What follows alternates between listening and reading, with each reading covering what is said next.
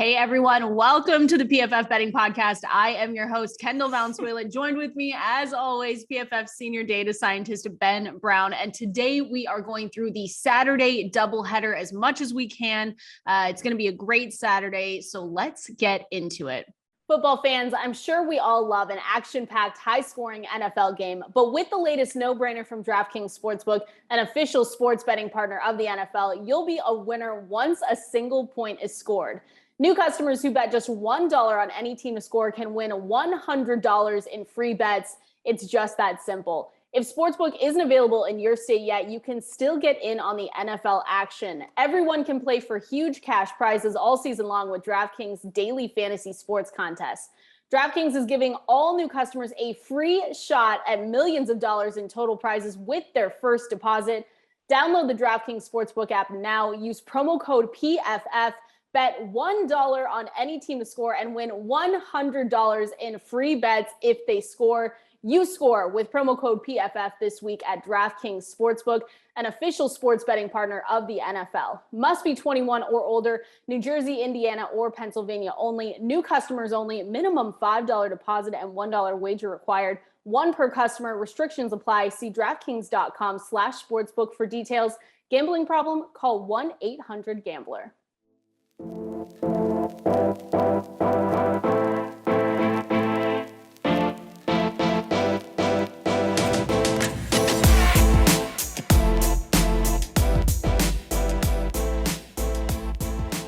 A doubleheader, Ben, on a Saturday. It's a privilege because in just a few weeks, we're going to be wishing we had any sort of game on. So it should be fun. Right. I mean, obviously there's like no sweat, like the full on regular season sweat. We will have, playoff wild card. I know a lot of people say conference championship week is the best week of football, but I'm a guy that likes a lot of football being on. I like to have the Red Zone channel on and everything else. So this is kind of like the last really great weekend. We're going to obviously have two games on Saturday, and I'm, pretty excited for both of them. I know there's some motivation factors potentially playing out in both, but I think that just probably creates a little bit more betting opportunity for us here on Saturday. So. And you're home now, so now you get to watch. I'm back. Back.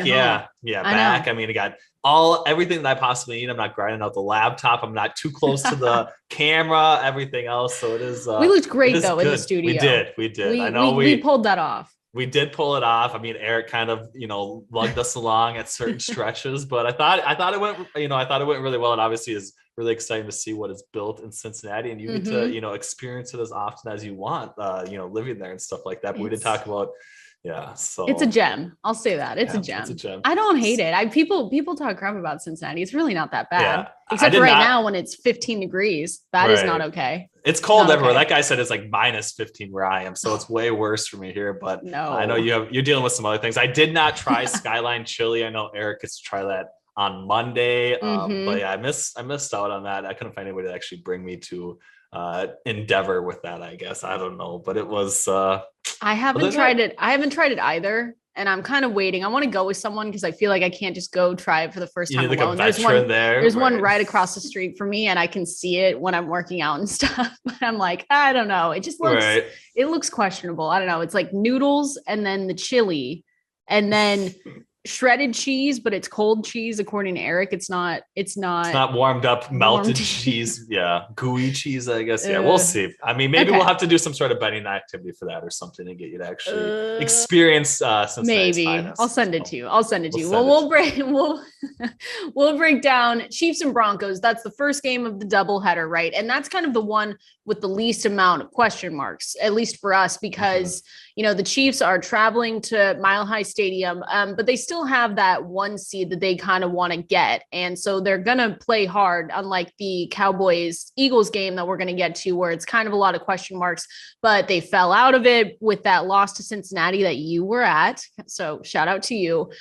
So they need a Titans loss and them to win. So I know you have a couple things you're looking at, but what's one of your favorite props for this game so far? Yeah, definitely. I mean, obviously, like you said, Chiefs need this for the 2 seed overall. I know some people are saying, well, maybe they won't play up to it for, a situation where they're not getting a bye any longer with the new playoff rules. But I don't think, that's going to be the case. Obviously, the 2 seed divisional round home matchup game will matter here in the week following if the Chiefs, obviously pull off the win in the wild card round. So it definitely matters I do think Tyreek Hill is setting up for a really good game. He dropped a really long reception last week, kind of at the end of the first half. He would have caught that. He obviously would have gone over. So I think the narrative that he just hasn't been involved probably isn't reflective in what we're actually seeing play out on the field. So I think he is in line for a little bit of an explosive game. And I do think there may be, not necessarily like the Broncos, obviously don't have any motivation outside of finishing the season strongly, but I do think with the Eagles last year, there could be this,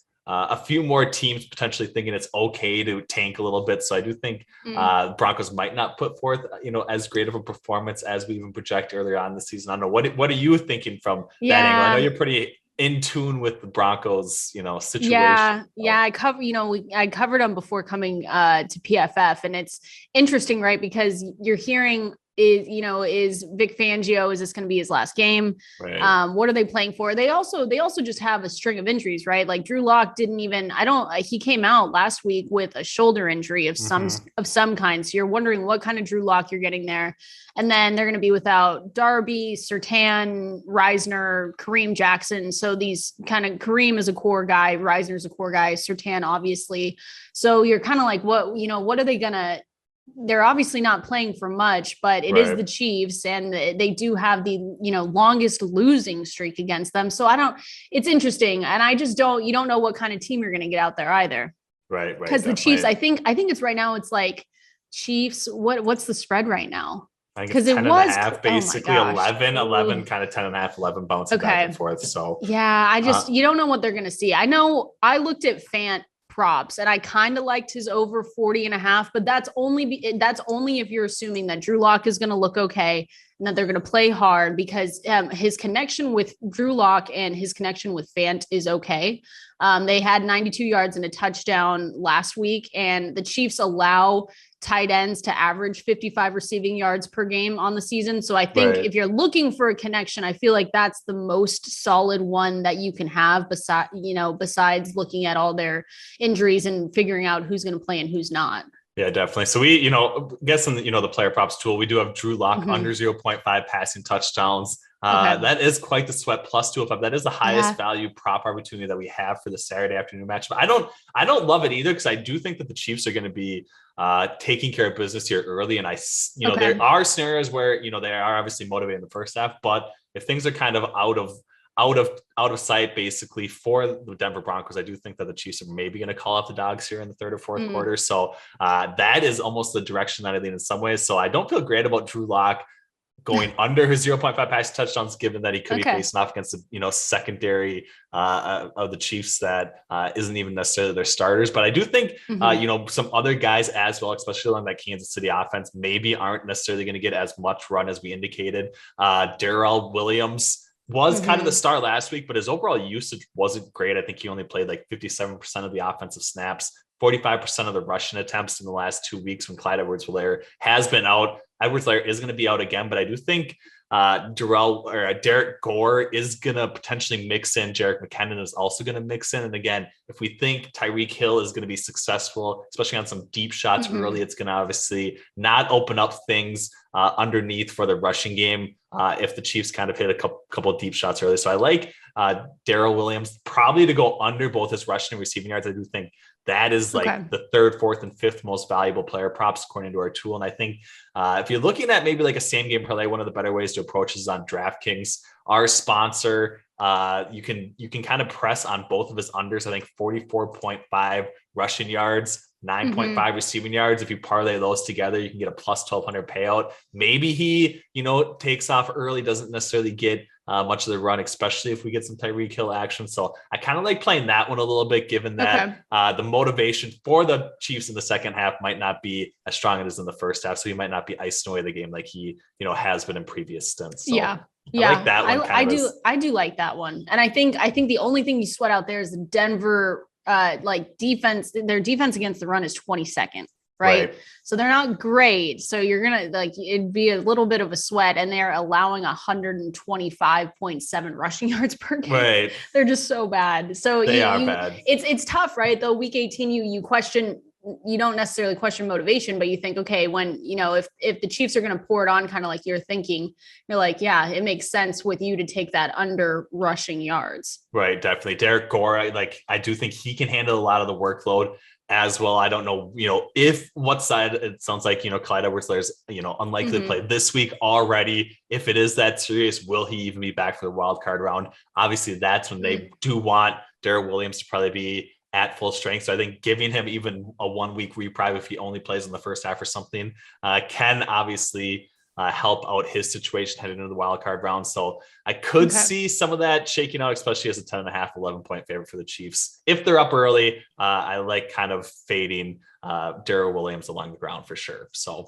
I like that. Are you looking at any other Broncos ones you're looking at? I know Javonte Williams is still out there. Yeah. It's just, you quite with Drew Lock not finishing last week, I don't believe, or he came out early with that shoulder injury. And you're thinking that they're going to try, at least in the beginning, to stick around. Are you liking any of those? Melvin Gordon, maybe? I don't know. It's kind of tough. Right. Yeah, definitely. I agree with you. Drew Lock has been a tough person to trust for sure. Yeah, I know. Well, so. I like your Williams under. I think that one is my favorite one that you have. And another one, leading into the Cowboys Eagles and going to this game is even more difficult, right, for us to talk about because they're playing, I don't want to say near meaningless, but it's pretty close because both teams have locked up a playoff spot. Both teams are missing a ton of those key players as well. So really, it's tough from a props perspective. So how are you kind of going to go into this game if you're betting it at all? Yeah, definitely. So we don't have really any props, unfortunately, for this matchup. Philadelphia basically has nothing to play for, right? If they win or lose, their 6th or 7th seed where they actually end up doesn't reflect whatsoever in how this game plays. So they're one of the least motivated teams coming up here that are going to be into the playoffs. Dallas Cowboys kind of not necessarily in the same exact boat, but there are scenarios where they can move up to 2 or 3, but it does seem like they are basically locked into 4 as well. They have a number of COVID and other injury concerns. Micah Parsons not going to be playing. Anthony Brown's not going to be playing. Tyrone Smith is not going to be playing either. So they are the team that at least they're set in stone as far as who's actually going to be playing for the most part. We could see Dak Prescott potentially taken out early, CeeDee Lamb, Mari Cooper as well. So I don't know. The line shift has been kind of crazy. I do think it opened up right around a field goal differential when you were looking at the look ahead line before we understood the motivation factor in this matchup. Moved out to 6.5, now back down to 4.5 based on some of those injuries and some other potential pending things coming out with Dallas. So I like Philadelphia here a little bit. I do still think anything down to a field goal differential. I know people don't think Jalen Hurts is maybe going to play full run here, but in saying that, I don't think there's any guarantees that Dak Prescott is either. So I like Philadelphia here a little bit. I also don't mind the over 43.5, 44 in certain spots as well. I do think you can parlay those two together, plus 264, plus 265 price on Caesars. I think that's kind of what I like initially because I know maybe I'm going to be completely wrong saying this, and we're recording this basically Friday afternoon, well, like an hour, or 24 hours before this game's even going to come close to kick on off. So there could be a ton of news breaking out before this, but if we don't hear anything, I am expecting that Jalen Hurts gets at least halftime run, if not, into the 3rd or 4th quarter here. We'll see. So I think unless there's solid news coming out before that, that's kind of how I'm at least approaching this game. So check your notifications, folks. Check your notifications before you do that. So then are you going to be looking at his passing yards then at all? I think 195.5. I don't know. Yeah, I think that'd be a little bit low. So I would probably be hitting that over. And again, I think there's going to be a little bit more points scored. So I don't mind maybe his passing touchdowns or an anytime touchdown from him as well as obviously intriguing plus price opportunity, I guess. So something like that. I do think this one is really tough. This is the type of game where it's you can react finally once the books actually release some of the information, but it's going to be a complete cluster, I think, heading into this matchup. So I don't know. I'm prepared to be wrong, but I'm projecting out that Jalen Hurts at least plays 3 quarters. You're manifesting. You're hoping. You're hoping it happens on a Saturday so that we're not left with a dud performance. But obviously he has to play 1 snap. So we'll see if he does play 1 snap. I think we're going to see him play at least like there's no reason to put him in for like 2 series, I guess, in my opinion, is kind of my understanding of the situation. Nick Sirianni, not quite sure how he's going to handle rest for his team. So we'll see, but we'll see. Fingers crossed. Fingers crossed. That's what you got to do with gambling sometimes. I know. Especially week 18, just like Eric like you and Eric told us. It's all crazy this week with figuring out who's playing, who's not, who's on COVID lists, who's not. So no, I like it. It should be. Yeah. It is an added wrinkle with COVID. So, yeah, it is. It is. Anything else? Any other props that you like? Anything else you're monitoring for the Saturday slate? Not too much. No, I'm looking forward to, we're going to probably have, next Saturday's wildcard round, Saturday, Sunday, and Monday matchups coming up here. So I guess be prepared to, see us a lot more here, especially on the weekends with the PFF Betting Podcast. So. There you go. Be prepared. We're coming back. We'll be back tomorrow to preview Sunday's slate as well. But everyone, thank you so much for listening. Ben Brown, as always, pff.com/betting. That is where you can get all this wonderful information, all these props, all our tools, pff.com/betting. We will see you tomorrow.